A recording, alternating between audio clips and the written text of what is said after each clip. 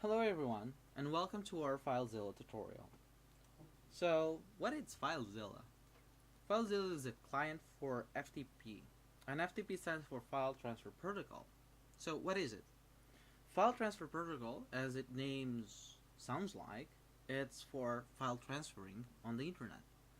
So, that's pretty much the main functionality of FileZilla. It's being a file transfer protocol client side, which will allow us to upload, download, delete, and make some little changes on files on our server, independently if it is in local machine or online server. Well, let's start to acquiring the program. But before that, we're gonna have a look at the licensing. The reason that I do this, it's because it's really important to know what are you using in your computer.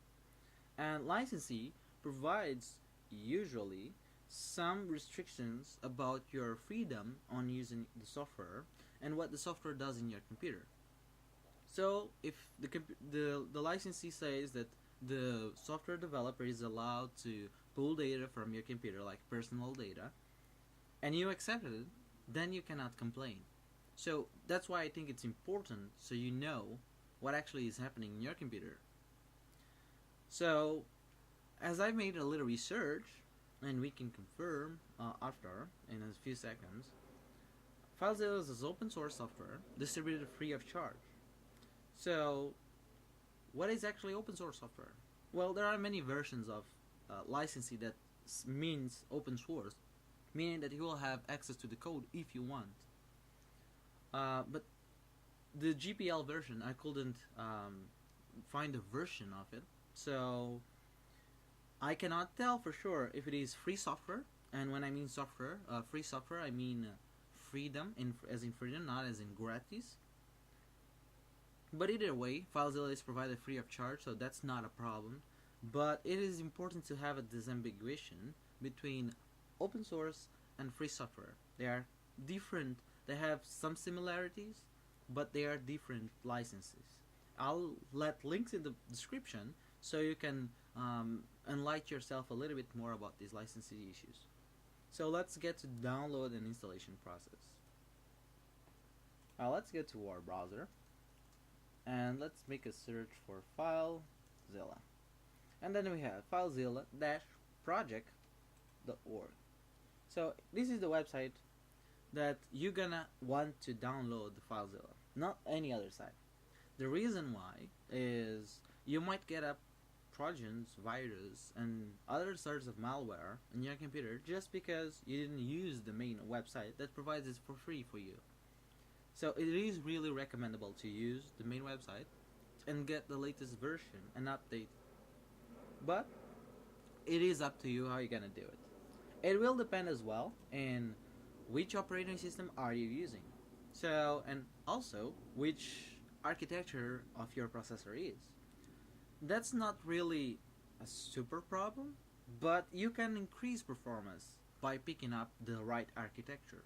So make sure if your computer is 32-bit to download the 32-bit version, and if it is if it is 64-bit to download 64-bit version.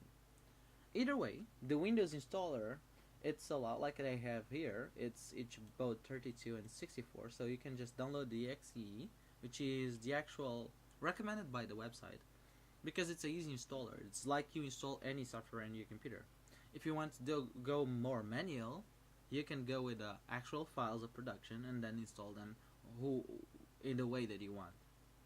If you're in Mac OS, I'm sorry Mac users, I'm not familiar with Mac OS, but either way, you gonna pretty much have an installation process like you have until now with your software regularly. And Linux users might not even need to come to the website, because usually Linux users have one thing called repository, which they can just access and download from there. It's probably available there. Either way, continuing. Why I did not progress with the installation? Because it's different by system. So I'm using Linux, so I just needed to do this. Actually, I can show you. Software Manager. Pretty much make a little search on it.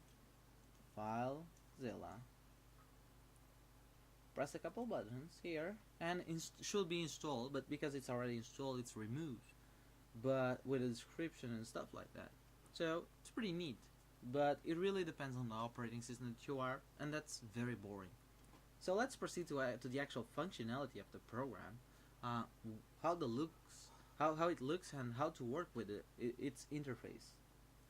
So let's open up FileZilla, and there we go. So the first thing that we might notice is there are some blank spaces. What the hell about that? Well, we have host, username, password, and port, and as you may guess, we're gonna introduce some data there to use it. We're gonna have some information appearing here, some information appearing here, and some information appearing here. But what are they? Well, here's mostly will appear commands that you execute, and not, when I mean commands, don't get afraid. It's not that you're gonna type any type of commands, really. It's just the actual actions on the server and how you're gonna transfer the files. They require some commands, which this FileZilla client, which will allow you to do just by drag and drop, click and click, have those commands executed as if you were typing them in a terminal to command your server. So that's pretty neat. Then you have at your left here the local site. The local site, it's your computer. It's not really a local website. It's just your computer. So this is the folder structure of my computer, and so pretty much that's what I have here. Actually, let me open my desktop because I think we're gonna use it. Oops, okay. Where's my desktop? Oh, here it is. Okay, we are in my desktop right now. And the remote site, it's pretty much the server that you're connecting to. So, I mean, after we connect, you'll see. And then we have a key with files, failed transfers, and successful transfers. We will pass through it when we are using the actual program. There are other features about this little program, but we're gonna run them slowly. So we already skipped that, and how do we connect with the server? Well, usually the requirements are internet access, or you have a localhost server. If you don't know what a localhost server is, you're gonna have a link in the description with the name localhost, so you can just inform yourself a little bit more about it if you're interested. And for that, we require the server login data. So usually it's host, password, and username, and might include port, but usually the default is 21, and programs like FileZilla already know default ports, and they will try those. If those fail, then he will request a port so you can insert. So if your web hosting or the domain or the place, the server that you are uploading the files requires a specific port, that's what you're gonna do. You're gonna assign a specific port. Now let's go down to connecting with your actual server. So I have a local host. I'm not gonna upload to a web server, but it is a web server, but it's locally on my machine. So I'm just gonna put the data, localhost, the username, and the password, and enter. As you can see, loads of things appeared here.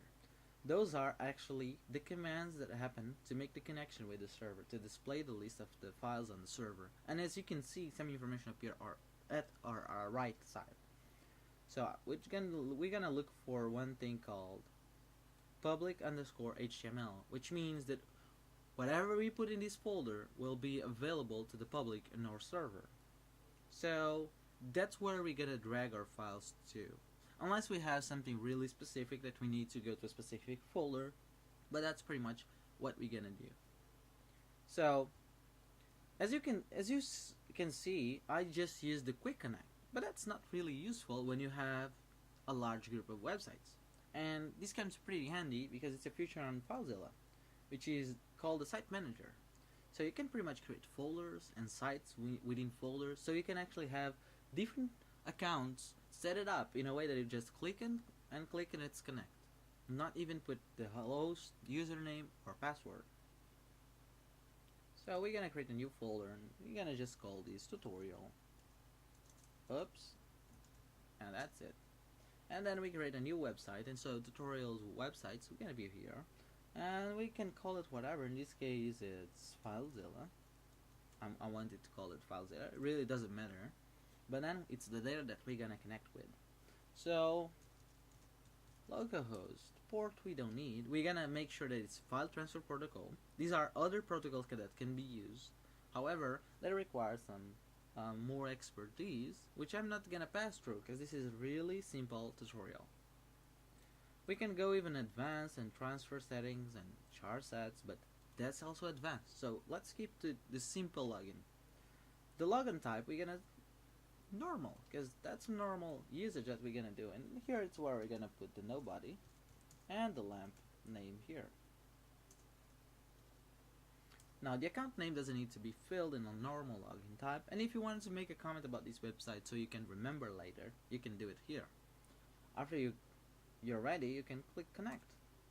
So we can actually establish the connection in a new tab, which will open, I can actually show you. We'll open this little thing, and so we can have actually two connections with two servers or two different accounts of FileZilla, and pretty much be doing things at two servers at the same time. It's very useful, although you can actually do, if you're just dismissing this session, abort previous connection and connect to it in a current tab, and that's probably gonna close the other connection, pretty much open it. So let's make a file transfer to actually public HTML. How do we do that? I'm just closing this because we don't need it for now, and I'm actually gonna create a here file, and I'm gonna call it index.html. That's not a requirement. You can upload your web pages already made to the server right away, but since I don't have one created, I'm just gonna do this index.html file, and I'm actually gonna just put it something so it looks with something. It has something to show on the web page. Let me just. This is a little bit of good practice. I actually should have done this. I'm sorry for that, taking your time.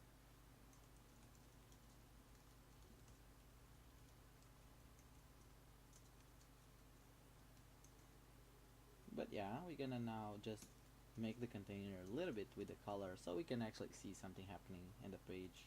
It isn't really pleasant to see a blank page showing a blank page, huh? So we're gonna call it container.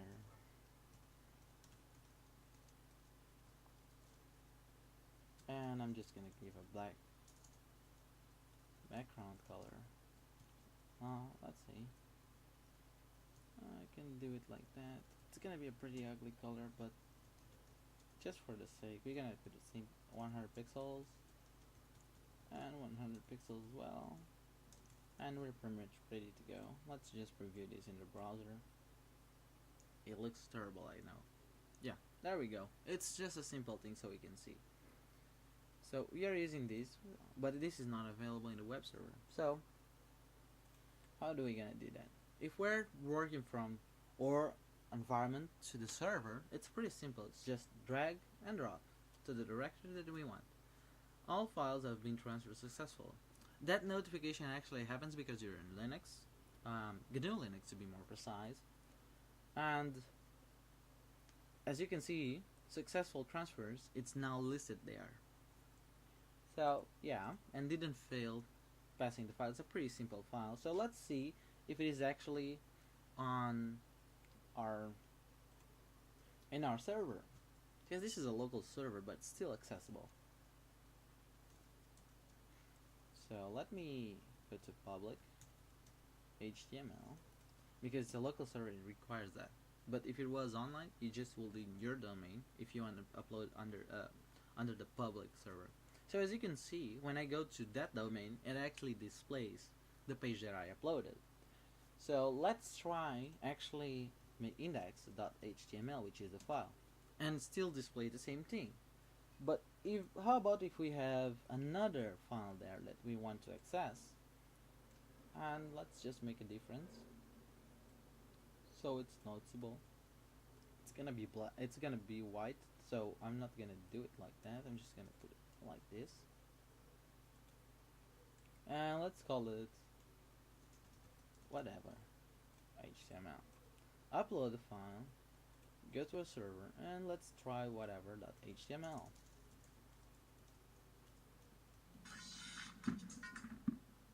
I'm sorry about that. And so pretty much we have our color displayed because it's a different file that it's actually accessing. So our server is definitely using the files that we upload to there through the FileZilla. So that's pretty much how you use FileZilla. You have also another cool features which are file permissioning, but that's actually more advanced stuff. It requires to know how your server is set up, how it's not, what do you need actually to have. What I just recommend is never use 777, and I'll show you why. So if you right click, you can actually see more options through specific files. And another step is also to download files to your computer. You can't do what I just did to upload them, like drag and drop. You can't do that. You see, it's not available. In Windows, I'm not sure, it might be, but since I'm not sure, the best way is actually to navigate to the folder that you want. So let's say I want a folder within the desktop, so received files, and actually let's just refresh this page. You can press F5 here, which is actually refresh. It's pretty cool that you can use your browser shortcut to do the same thing.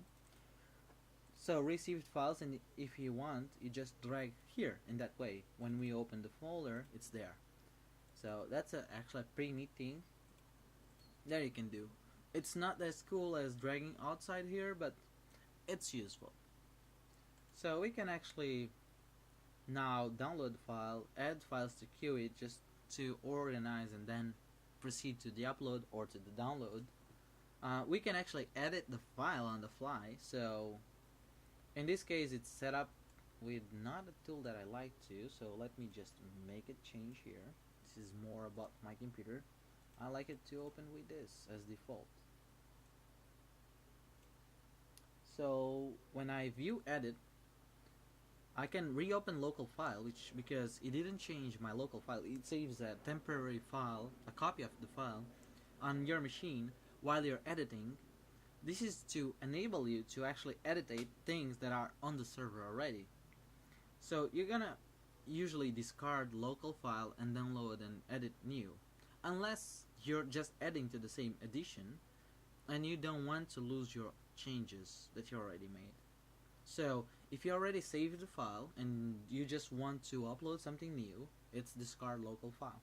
You press OK, and still opening with my browser, which is not cool. But anyways, you can just always download, edit, and then upload again. But you can do it like that. It depends on which edit do you have actually set up in your computer. Let me just confirm if I actually change it. Yeah, I did. Anyways, that's just a problem with my system. It's not really a problem. Probably I had to set it before. Anyways, proceeding. What we get here, it's pretty much we have the editing functionality. We have refresh. If we make changes on directory, we can rename the file as it indicates, and we can delete it. And if you delete it, it's not gonna be an available file to backup. So this is not going to a trash folder. So if you delete something from here, the server side, it's not gonna come back. So make sure you have your backups and you really select well what you want to delete.